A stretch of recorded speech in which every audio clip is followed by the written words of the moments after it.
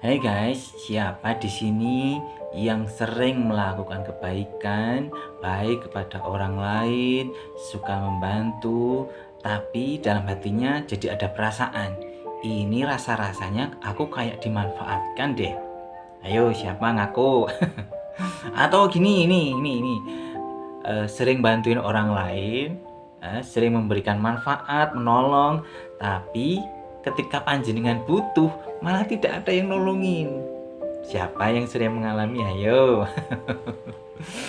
Ya, pertanyaannya adalah kenapa sih orang baik itu kok jadi seolah-olah jadi tempat yang pas, tempat yang paling empuk untuk dimanfaatkan oleh orang lain gitu. Kenapa? Apa orang baik itu jadi harus teraniaya dengan kebaikannya gitu? Sebenarnya nggak ada masalah dengan berbuat baik ya. Berbuat baik itu bagus gitu ya. Jadi memberikan manfaat kepada orang lain itu bagus. Bahkan sebaik-baik manusia adalah yang bermanfaat untuk orang lain.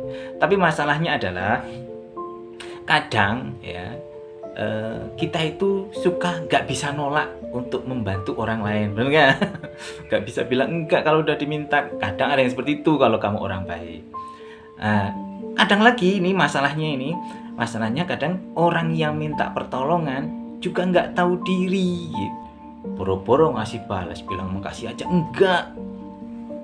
Udah gitu minta tolongnya terus-terusan.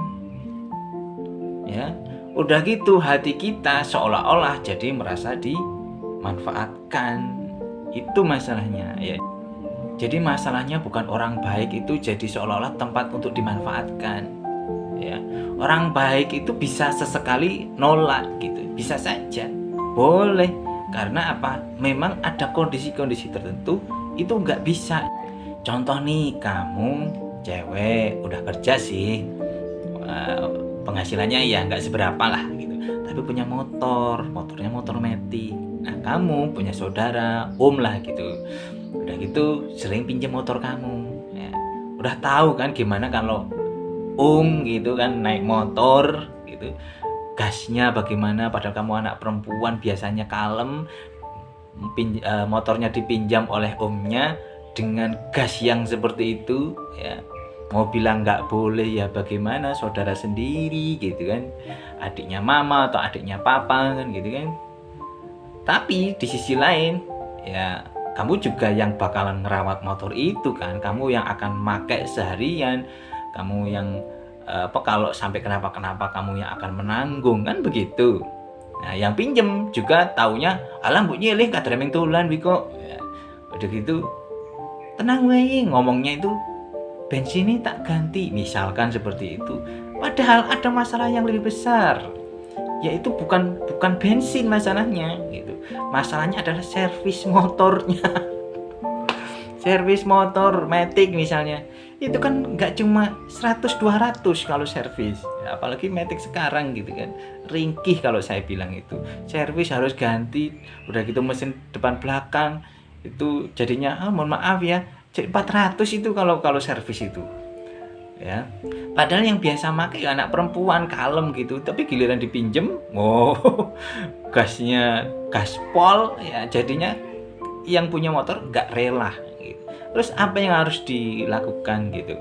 Sebenarnya jujur ya, kalaupun panjenengan berbuat baik ya, kalau memang niat untuk berbuat baik ya harusnya ikhlasnya jelas, ikhlasnya lillahi ta'ala ya. Jadi kalau sudah mau niat mau nolong, ikhlas lillahi ta'ala, pokoknya los. Bahkan sampai motor, kalau tadi Matic ya, motor itu sampai kecelakaan gitu ya sudah. Kalau udah kecelakaan mau bagaimana lagi, dari awal itu harus ditata, itu puncak-puncaknya itu. Dan itu susah banget ya, itu susah banget. Tapi kalau kamu keberatan, jangan diem aja, nggak boleh sambil gerundel malah itu menghancurkan keikhlasan. Bilang aja kalau kamu tidak rela ya jangan gitu. Apalagi kamu habis servis, bilang aja sama omnya. Kalau tadi Matic itu yang dipinjam omnya ya, bilang aja sama omnya, om lah ini nih bensin tok, bensin ki nyong iso tuku, tapi nek servis kuwi ngintek 400.000 gitu. Artinya biarkan orang lain berpikir, tapi nggak boleh mengganggu keikhlasan gitu. Ada kalanya kamu itu harus membantu orang lain, tapi jangan sampai kamu itu hancur. Jangan seperti lilin, kamu menerangi orang lain, tapi hatimu, tapi ragamu, tapi niatmu hancur luluh lantah kayak lilin itu.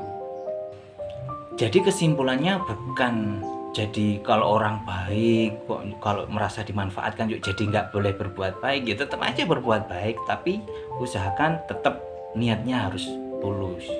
Kemudian kalau ada ketidakrelaan harus ngomong ya, agar orang lain itu tahu apa yang kamu rasakan.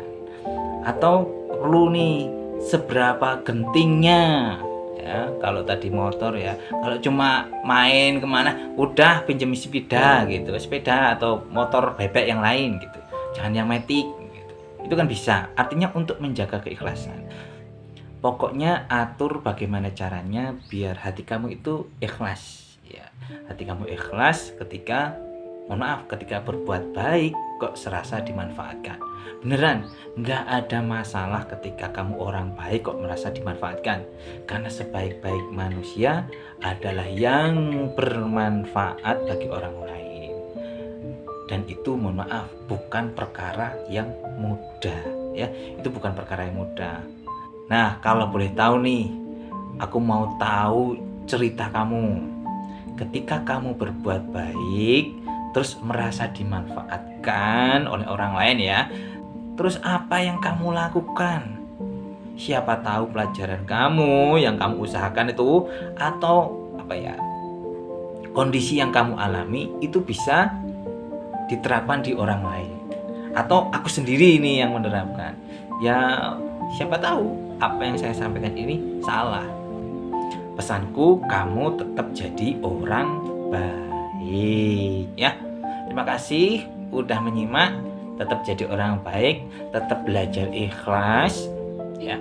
Sampai jumpa di konten berikutnya. Terima kasih udah dengerin. Dadah.